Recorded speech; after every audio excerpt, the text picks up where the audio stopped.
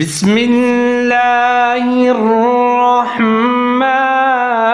الرحیم قالوا ادع لنا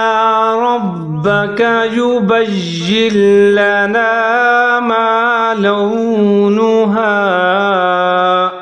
قال إنه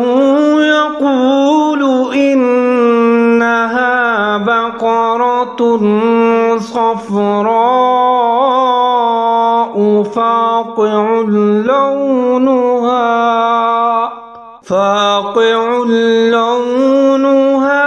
تسر الناظرین۔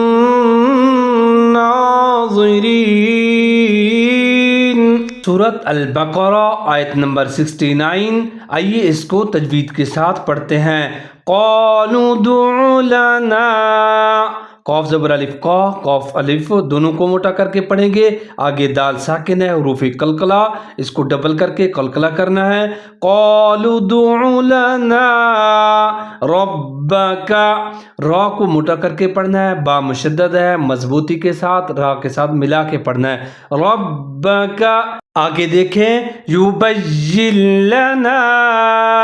یہاں پر نون ساکن کے بعد لام حروف جر ملون کا آ رہا ہے، لام کے اوپر زبر اور مشدد ہے، تو یہاں پر نون حذف ہو جائے گا، یا اور لام دونوں ملا کے پڑھیں گے۔ یبین لنا ما لونها، میم زبر الف ما کو تھوڑا سا لمبا کرنا ہے، ما لونها، ہا زبر الف ہا، اور یہاں پر آپ نے وف کرنا ہے، وف کی علامت آ رہی ہے، ما لونها قال انه، قال قاف اور الف دونوں موٹے کر کے پڑھے جائیں گے، آگے انه، نون مشدد ہے، یہاں پر آپ نے ادغام کرنا ہے غنّے کے ساتھ، انه یقول، قاف کو موٹا کر کے پڑھنا ہے، یقول انہا، نون پھر مشدد ہے، ادغام کرنا ہے غنّے کے ساتھ، انہا۔ نیکسٹ دیکھیے گا بقرۃ صفراء، با باریک پڑھا جائے گا، قاف اور را دونوں حرف موٹے پڑھے جائیں گے، آگے تا کے اوپر تنوین دو پیش ہے، تو یہاں پر آپ نے اخفا کرنا ہے، کیونکہ اس سے جو آگے حرف ہے صاد حروف اخفا کا، بقرۃ صفراء، را موٹا پڑھے جائے گا، اس کے ساتھ ہی الف مدہ حروف مدہ اور حمزہ دونوں ایک لفظ میں آ رہے ہیں، اس کو مد متصل اور مد واجب بھی کہا جاتا ہے، اس کو آپ نے 3 سے 4 سیکنڈ تک لمبا کر کے پڑھنا ہے، جیسے صفراء، آگے لام الف لا رموز اوقاف میں سے، لیکن اس کا کوئی مطلب نہیں ہے، آپ نے یہاں پر وقف نہیں کرنا، اگلا لفظ ساتھ ملا کر پڑھنا ہے، جیسے بقرۃ صفراء فاقع لونها، فاقع، قاف کو موٹا کر کے پڑھنا ہے، عین کے اوپر تنوین دو پیش ہے، آگے لام حروف یرملون کا، اس کے ساتھ ملا کر پڑھنا ہے، کیونکہ اس کے اوپر تشدید ہے، لام مشدد ہے،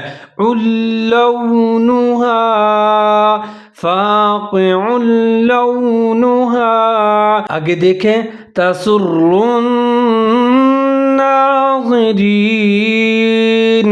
را مشدد ہے، اس کے اوپر پیش ہے، سین کے ساتھ ملا کر پڑھنا ہے، پھر نون مشدد ہے، آگے نون کے ساتھ بھی را کو ملا کے پڑھیں گے، نون کے اوپر کھڑا زبر ہے اور اس کو ایک الف کے برابر لمبا کر کے پڑھنا ہے، تسر الناظرین۔ اس آیت کریمہ کو ایک بار پھر سن لیجئے۔ قالوا ادع لنا ربك يبين لنا ما لونها قال إنه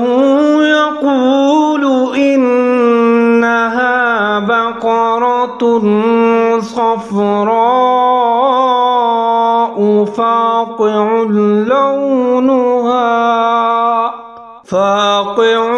لونها